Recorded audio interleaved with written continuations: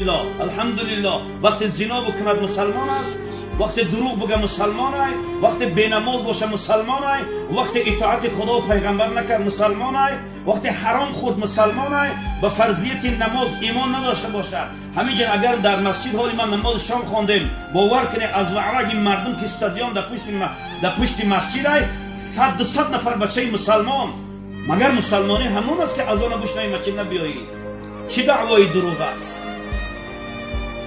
دعوای دروغ به درد نمیخورد. مسلمان کسی است که مسلمانی داشته باشد. مسلمان کسی را میگن که امر و نهی پروردگار حلقه گوشش باشد. مسلمان کسی را میگن ای خدا بترسه. مسلمان کسی را میگن که فرمان خدا در او قطعی باشد. یعنی هیچ کاری دنیا برای مسلمان اعظم بالاتر از کار الله نباشه. برادران عزیز، کار الله